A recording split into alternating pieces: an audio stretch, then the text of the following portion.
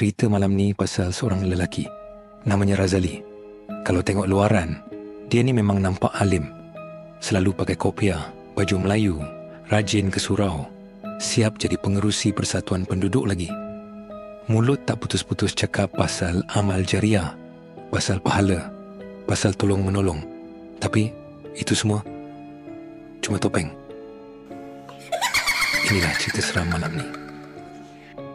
Dalam hati Razali yang ada cuma nafsu kekayaan, dia nampak peluang di mana orang lain nampak kesusahan. Bila ada kematian dalam blok HDB dialah orang pertama yang hulur bantuan.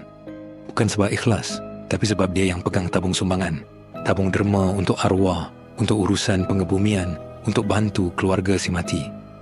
Setiap kali wang tunai masuk, sebahagian dari sumbangan orang kampung tu akan lesap ke dalam kocek Razali. Dia dah buat benda ni berkali-kali. Dia curi dari orang mati, kurang dengan kepercayaan masyarakat. Selepas setiap derma dicuri, hidup Razali semakin senang. Dia dapat beli motosikal baru dan iPhone 16 Pro Max untuk dia, bini dia dan anak dia. Isteri dan anak dia pun mula nampak mewah. Orang blok puji. Alhamdulillah, Razali ni rezeki dia murah. Memang berkat sebab rajin amal jariah. Dia tersenyum, bangga dengan sandiwara dia. Dia rasa dia pandai, dia rasa dia selamat, tiada siapa yang syak. Tapi, kadang-kadang, dia rasa tak sedap hati. Bila dia lalu di void deck, terutamanya dekat surau kecil tempat tabung derma tu selalu diletakkan, dia rasa seram sejuk. Bukan sejuk biasa. Sejuk yang menusuk tulang, walaupun cuaca panas terik. Dia cuba abaikan. Perasaan aku je ni. Penat kerja. Suatu malam, Razali tak boleh tidur. Dia asyik dengar bunyi pelik. Bunyi orang menyeret sesuatu. Bukan di luar rumah, tapi macam dekat sangat. Bunyi kain diseret, pelan, dari lorong koridor blok dia. Dia cuba yakinkan diri itu cuma kucing. Tapi bunyi tu berat, macam kain kafan diserit atas lantai simen. Beberapa hari lepas tu, bunyi itu makin jelas. Kadang-kadang, dia dengar bunyi tam. Tam dari luar tingkap bilik dia. Macam ada benda berat melompat atau menghentak dinding. Bunyi itu datang dari tingkat bawah. Dari void deck. Dia intai. Tak ada apa. Kosong. Tapi bila bunyi itu berhenti, dia rasa ada bayang hitam melintas laju di hujung mata. Terlalu pantas untuk dia pastikan. Rasa seram sejuk yang dulu cuma di void deck, kini ikut dia balik sampai ke rumah. Lampu rumah dia kadang-kadang berkelip sendiri. Bukan padam terus, cuma berkelip-kelip. Dia tukar bab lampu, tapi sama juga. Satu malam, dia tengah buat kira-kira duit curi dia, duit sumbangan yang dia ambil. Tiba-tiba, dia tercium bau. Bau busuk. Bau mayat yang bau keluar dari kubur. Bau tu kuat sangat, sampai dia lawyer. Dia buka tingkap, tapi bau tu tak hilang. Bau tu datang dari dalam rumah dia sendiri. Melekat. Razali mula tidur tak lena. Setiap bunyi kecil buat dia terkejut. Dia asyik terbayang-bayang bau busuk tu. Satu malam, dia tengah baring. Dia dengar bunyi tam. Tam. Tam yang makin dekat. Kali ni, bukan dari void deck, tapi dari koridor luar rumah dia. Bunyi itu berhenti betul-betul depan pintu. Kemudian, dia dengar bunyi orang serit sesuatu. Dia gigil. Rasa macam kain kafan tu dah depan pintu rumah dia. Tak lama lepas tu, isteri dia, Latifah, mula mengadu. Abang, saya rasa tak sedap hatilah. Malam-malam, saya asyik dengar bunyi orang menangis. Tapi suara dia macam ditahan-tahan. Datang dari bilik anak kita. Razali rasa jantung dia jatuh. Dia tahu suara itu bukan anak dia. Dia cuba abaikan. Lepas tu, anak sulungnya, Adam, pula mula cakap benda pelik. Ayah, malam tu, Adam nak pergi toilet. Mama dan Papa dah tidur. Adam rasa macam ada orang ikut Adam. Adam dengar, ada orang panggil nama Adam. Wajah Adam bertukar pucat. Dia dah kancung gila. Satu pagi, Razali bangun tidur. Dia nampak duit-duit sumbangan yang dia simpan dalam laci dah berselerak atas lantai bilik. Bukan semua, tapi separuh. Duit tu Basah. Basah macam baru keluar dari tanah liat. Dia terus kutip duit tu, tangan dia menggigil. Dia tahu pocong tu nak apa. Malam tu, Razali tak tahan lagi. Dia cuba nak tidur, tapi mata dia asyik terbayang kain kafan. Bunyi thump di luar tingkap tak henti-henti. Dia dengar suara anak sulungnya, Adam, menangis dari bilik sebelah. Bukan menangis biasa, menangis ketakutan. Razali bangun. Perlahan-lahan dia melangkah ke bilik Adam.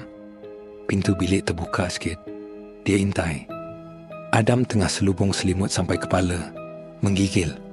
Dan di sudut bilik, dekat dengan tingkap, ada sesuatu putih, berbalut kain kafan, melompat-melompat pelan. Pocong. Razali tergamam. Jantung dia berdegup kencang. Bau mayat busuk tu menusuk hidung. Pocong tu melompat makin dekat. Tam. Razali menjerit.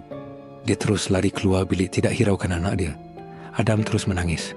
Dia lari ke ruang tamu, cuba nak buka pintu utama. Tapi tangan dia menggigil sangat. Kunci tak boleh pusing. Pocong tu ikut. Melompat-melompat dari bilik Adam masuk ke ruang tamu. Tum. Bunyi kain kafan diserit atas lantai makin jelas. Razali pandang sekeliling, cuba cari jalan lari. Tiba-tiba, pocong tu berhenti, betul-betul depan dia. Kemudian, perlahan-lahan, ikatan di kepala pocong tu terbuka sendiri.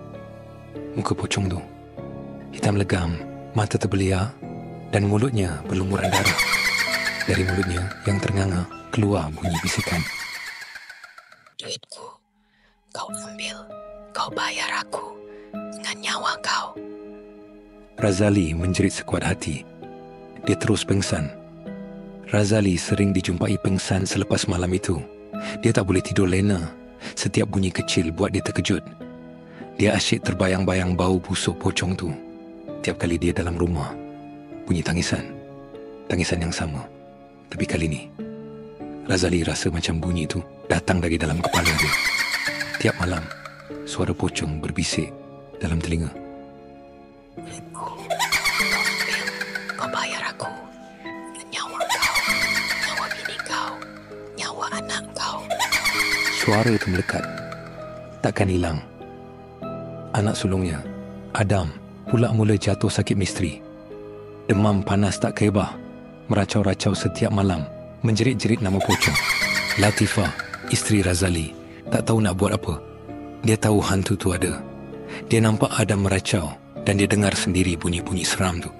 Suatu malam, Latifah tak dapat tidur.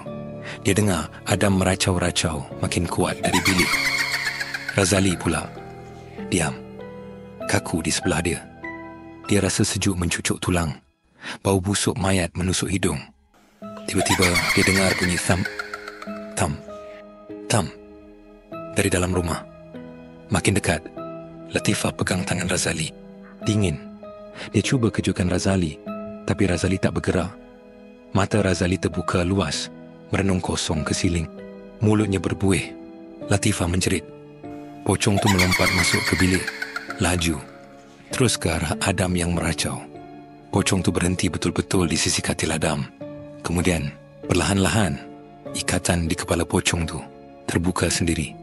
Wajah pocong tu pucat lesi, seolah-olah kulitnya sudah reput, dengan biji mata yang kosong dan berlubang. Dari rahangnya yang ternganga, keluar ulat-ulat putih yang menggeliat.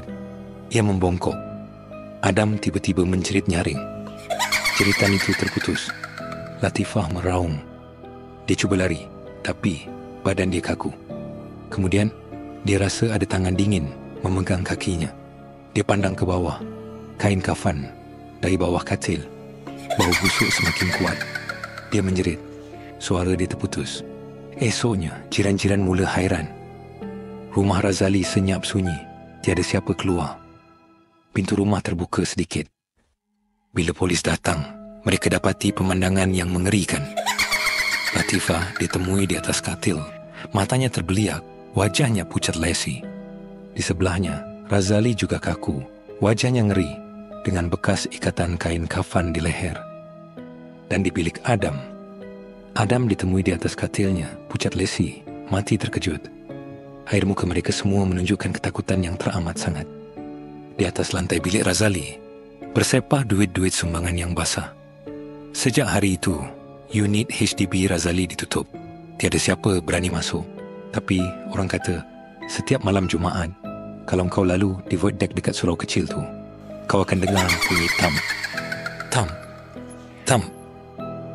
Dan kadang-kadang, kau akan tercium bau busuk mayat dari bawah blok. Itulah cerita seram malam ni.